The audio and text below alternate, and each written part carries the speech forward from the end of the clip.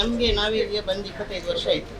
ನಮಗೆ ಸ್ಟಾರ್ಟಿಂಗ್ನಿಂದ ಈಗ ತನಕ ಕಾರ್ಪೊರೇಟ್ ಆಗಿ ದಿವಾಕರ್ ಮೇಯರ್ ಆದರೂ ಎಲ್ಲ ನಮ್ಗೆ ಏನು ಪ್ರಾಬ್ಲಮ್ ಇದ್ರೆ ಅವರು ಮಾಡಿಸ್ಕೊಡ್ತಾರೆ. ಈಗ ಮೊನ್ನೆ ಕೂಡ ಫೋನ್ ಮಾಡಿದ್ದಕ್ಕೆ ಸೋಮವಾರ ನಮಗೆ ನೆನಪು ಮಾಡಿಕಲಕ್ಕ ಅಂತ ಹೇಳಿದ್ದಾರೆ. ನಾನೇ ತಪ್ಪಾಯಿತು ಮಾಡಲಿಲ್ಲ ಅವರಿಗೆ ಫೋನ್. ಯಾಕೆಂದರೆ ಇದು ಹೇಳಿದೆ ನಾನು, ಮಳೆಗಾಲ ಬಂತು, ನಾವು ಇಲ್ಲೇ ಕುತ್ಕೊಳ್ಳೋದಾದ್ರೆ ನಮಗೆ ಇಲ್ಲಿ ಕುತ್ಕೊಳ್ಳಿಕ್ಕೆ ಆಗೋದಿಲ್ಲ, ಎಲ್ಲ ಇದು ಸೂರ್ತದೆ. ಅದಕ್ಕೆ ನನಗೆ ಸೋಮವಾರ ಫೋನ್ ಮಾಡಿ ಅಂತ ಹೇಳಿದ್ದಾರೆ. ಯಾಕೆಂದ್ರೆ ದೊಡ್ಡ ಅಮೌಂಟ್ ಅಲ್ಲಿ ನಿಮ್ಗೆ ಕೂಡ ಕಾರ್ಪೊರೇಷನ್ ಕೂಡ ಆಗುದಿಲ್ಲ. ಯಾಕಂದ್ರೆ ನಾವು ಅಲ್ಲಿ ಶಿಫ್ಟ್ ಆಗ್ತೇವೆ. ಇದು ತೆಗೆಯುವುದಾದ್ರೆ ಫುಲ್ ತೆಗಿಬೇಕು, ಆಗ ತುಂಬಾ ಹಣ ಖರ್ಚಾಗ್ತದೆ. ನಮಗೂ ಕೂಡ ಅದು ಗೊತ್ತು. ಸ್ವಲ್ಪ ಪ್ಯಾಚ್ ಆದ್ರೂ ಮಾಡಿ ಕೊಡಿ ನಮಗೆ. ಈ ಸಲ ನಮಗೆ ಮಳೆಗಾಲಕ್ಕೆ ಕೊಡಲಿಕ್ಕೆ ಆಗುದಿಲ್ಲ ಅಂತ ಸೋಮವಾರ ಫೋನ್ ಮಾಡಿ ಕಲಕ ಅಂತ ಹೇಳಿದ್ದಾರೆ. ನಾನು ಮಾಡಲಿಲ್ಲ. ಮತ್ತೊಂದು ಕಳ್ಳ ಬಂದು ನಮ್ಮದೆಲ್ಲ ಇಲ್ಲಿ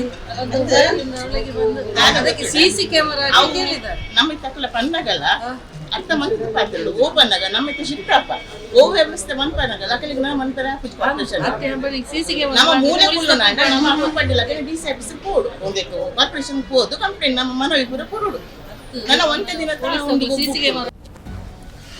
ಮಂಗಳೂರಿನ ಹೃದಯ ಭಾಗವಾದ ಸ್ಟೇಟ್ ಬ್ಯಾಂಕ್ ಪರಿಸರದ ಮೀನು ಮಾರುಕಟ್ಟೆಯಲ್ಲಿ ವ್ಯಾಪಾರ ಮಾಡುವ ಮಹಿಳೆಯರ ಬದುಕು ದುಸ್ತರವಾಗಿರುವ ಹಿನ್ನೆಲೆಯಲ್ಲಿ ಕರ್ನಾಟಕ ರಾಜ್ಯ ಮಹಿಳಾ ಆಯೋಗದ ಅಧ್ಯಕ್ಷರಾದ ಡಾಕ್ಟರ್ ನಾಗಲಕ್ಷ್ಮಿ ಚೌಧರಿ ಅವರು ಗುರುವಾರ ಮಧ್ಯಾಹ್ನ ಮಾರುಕಟ್ಟೆಗೆ ಭೇಟಿ ನೀಡಿ ಪರಿಶೀಲನೆ ನಡೆಸಿದರು.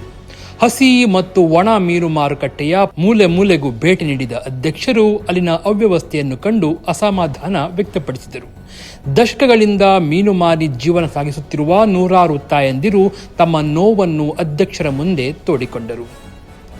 ಮಾರುಕಟ್ಟಲಿನ ಸ್ಥಿತಿಗತಿಯನ್ನು ಅವಲೋಕಿಸಿದ ನಂತರ ಮಾತನಾಡಿದ ಡಾಕ್ಟರ್ ನಾಗಲಕ್ಷ್ಮಿ ಚೌಧರಿ ಅವರು ಮಹಿಳೆಯರು ಎದುರಿಸುತ್ತಿರುವ ಪ್ರಮುಖ ಸಮಸ್ಯೆಗಳನ್ನು ಪಟ್ಟಿ ಮಾಡಿ ವಿವರಿಸಿದರು.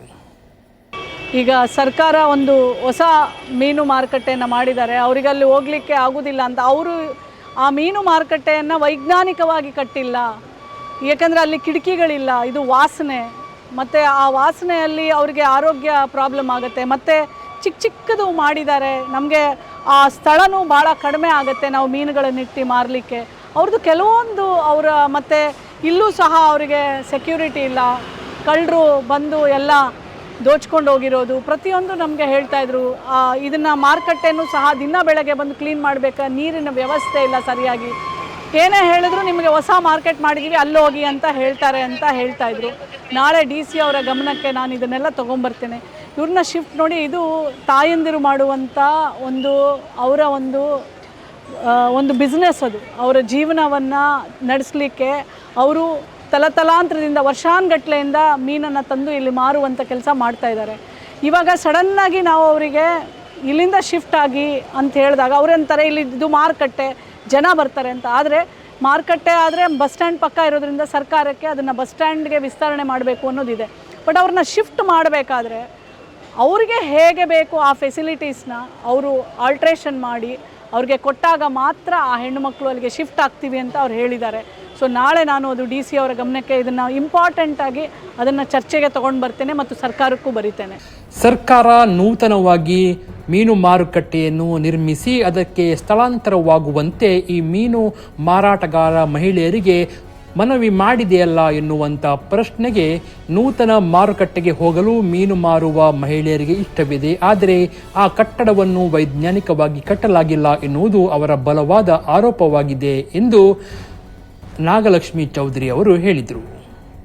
ಬಸ್ ನಿಲ್ದಾಣದ ಸಮೀಪ ಇರುವುದರಿಂದ ಈ ಹಳೆಯ ಮಾರುಕಟ್ಟೆಯಲ್ಲೇ ವ್ಯಾಪಾರ ಚೆನ್ನಾಗಿ ಆಗುತ್ತದೆ ಎಂಬುದು ಮಹಿಳೆಯರ ಅಭಿಪ್ರಾಯ. ಆದರೆ ಇಲ್ಲಿನ ಬಸ್ ನಿಲ್ದಾಣ ಕೂಡ ವಿಸ್ತರಣೆಯ ಪ್ರಸ್ತಾಪನೆಯಲ್ಲಿ ಇರುವುದರಿಂದ ಎರಡೂ ಹಿತಾಸಕ್ತಿಗಳನ್ನು ಗಮನದಲ್ಲಿಟ್ಟುಕೊಂಡು ನಿರ್ಧಾರ ಕೈಗೊಳ್ಳಬೇಕಾಗಿದೆ ಎಂದು ಅವರು ತಿಳಿಸಿದರು.